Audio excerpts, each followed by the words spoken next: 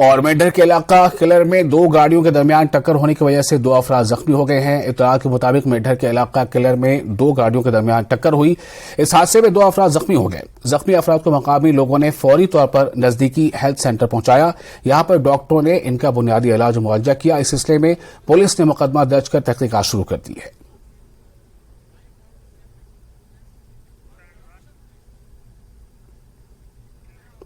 हाल ही में सबकदोश होने वाली आंगनवाड़ी वर्कर्स और हेल्पर्स ने CITU के बैनर तले अनंतनाग में एहतजाजी मुजाहरा किया। मुजाहरीन ने सरकार पर इनके जायज मुतालबात नजरअंदाज करने का इल्जाम लगाया है। एहतजाजी ख्वातीन ने कहा है कि इन्होंने एक लंबे अरसे से बतौर आंगनवाड़ी कारकुन लोगों की खिदमत की और सरकारी सतह पर इनसे बहुत सारे काम लिए, मगर इन्हें सबकदोश करने के बाद इन्हें अब कोई पेंशन फराहम नहीं किया जा रहा है, जबकि इनके बकायाजात को भी वागुजार नहीं किया जा रहा है। इन्होंने इसे सरासर नाइंसाफी करार दिया है।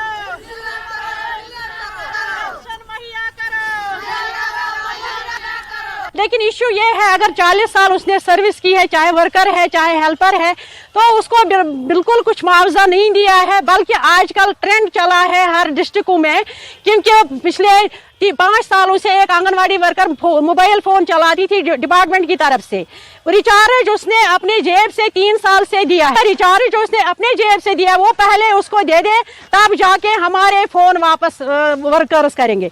दूसरा, अगर रिटायरमेंट पॉलिसी इंप्लीमेंट की है यहाँ जम्मू कश्मीर में, लेकिन आप देख रहे हैं सुप्रीम कोर्ट का ऑर्डर भी है कि एक आंगनवाड़ी वर्कर हेल्पर को उसको ग्रेजुएटी दे, उसको पेंशन दे।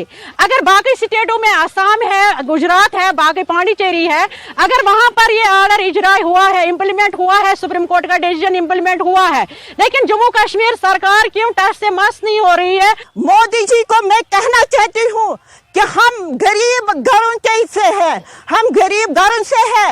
मुझे पता है मोदी साहब खुद गरीब घर से ताल्लुक रखने वाला था, मगर जिस वक्त उसने ये आर्डर निकाला, मोदी सर को ये पता नहीं उधर कश्मीर में क्या हालात है। उधर कश्मीर में 89 से क्या ऐसे हालात है, हम कैसे हालातों में जाते हैं।